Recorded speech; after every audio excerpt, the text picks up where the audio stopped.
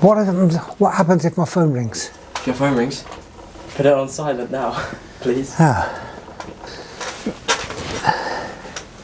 I think we should start where you became a firefighter. So why is it you became a firefighter? I was working as a mechanical engineer, and the foreman came in and spoke to us all, saying that the machines that we were working on, some of them were going to South Africa, and they were looking for volunteers to go to South Africa to rebuild them. And I said, I'll go. And he said to me, you can't go, you've only been married a year. And my reply was, I know, you came to my wedding. And then on the way home, I popped into a paper shop and I bought the Oxford Mail, which I never bought before or since. And the centre pages was a spread on Oxfordshire Fire and Rescue Service. Well, it was Oxfordshire Fire Service in those days. Oxfordshire Fire and Rescue Service were looking for recruits. And I went home and said to my wife, your granny, I'm going to join the fire service. And I went to the open day, saw what was going on, did the tests, got in. Did you find the training hard? No. I was young and fit then. I was 25. I played football, cricket, squash. So I ran to work. I was really quite fit. So that didn't worry me. What was a normal shift like for you as a firefighter? Well, in those days the shift pattern was, 15 weeks at training school.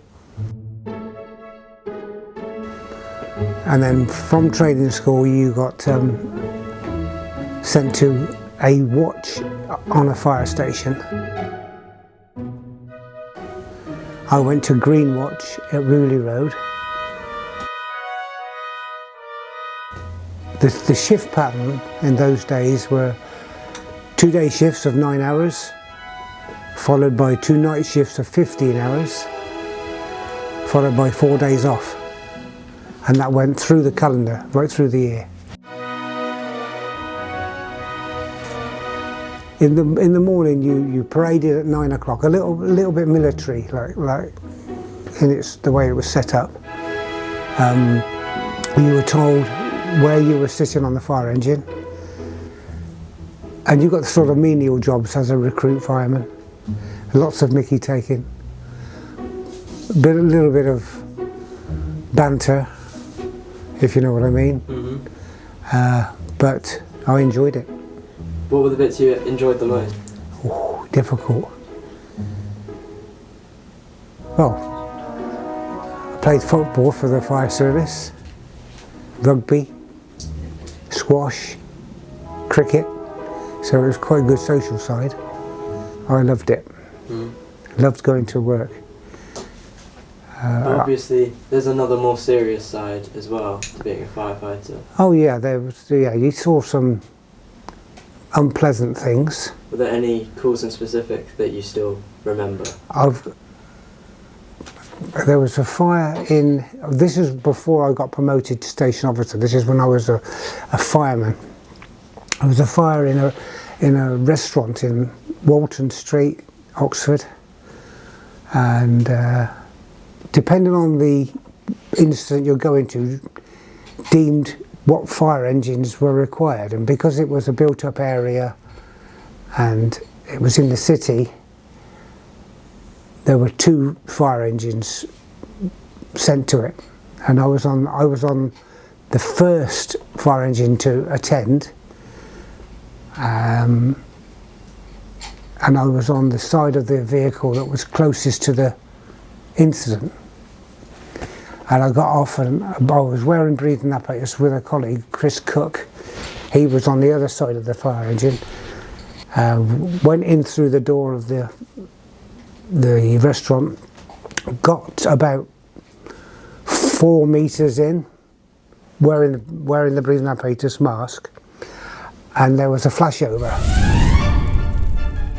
And coming down the stairs, there was this great big ball. I can see it in my mind's eye now. And it was orange and green, red and blue. All these colours mixed up. And the next thing I knew, we'd been blown back through the 4 meters we'd taken onto the street outside.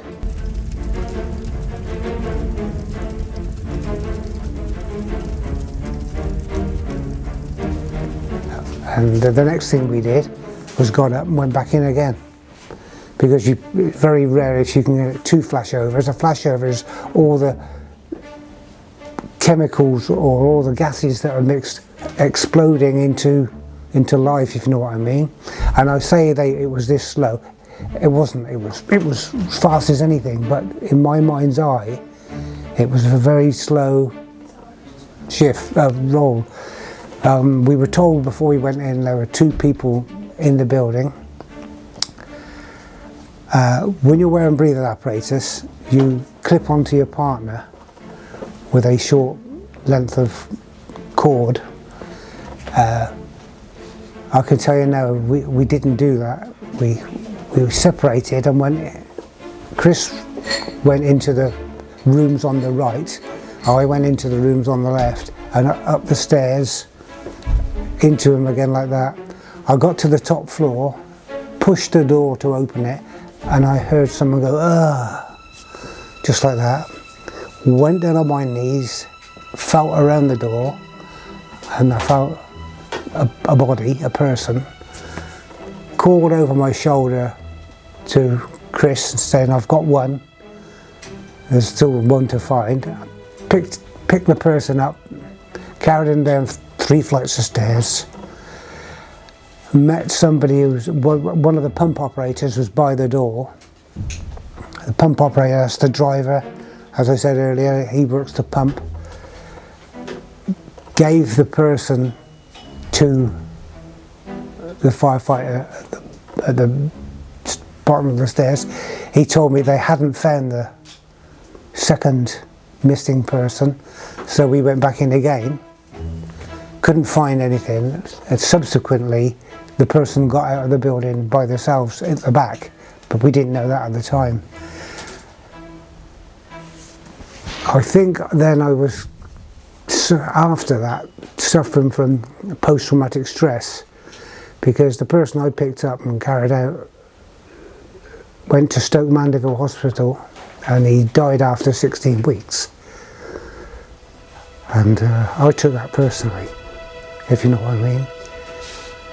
But it was a long time ago. I was a fireman then, and that was the incident. That's about that one finished, I think. Mm. Yeah.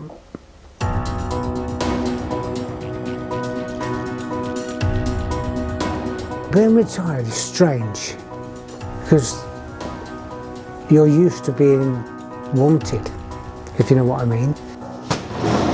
This is the equipment, fan for sucking them or blowing the smoke-filled rooms, buildings, getting rid of the nasties in there. You know, you get up in the morning, you've got a purpose, you're going to work. Foam branch, chimney box, but as you get older, hose reel, it's different, it's not quite the same. Well, it's not the same, is it?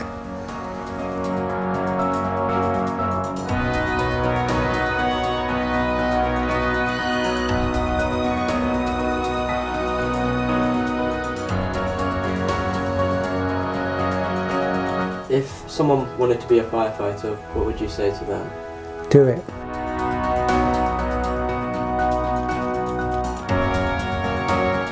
I loved it.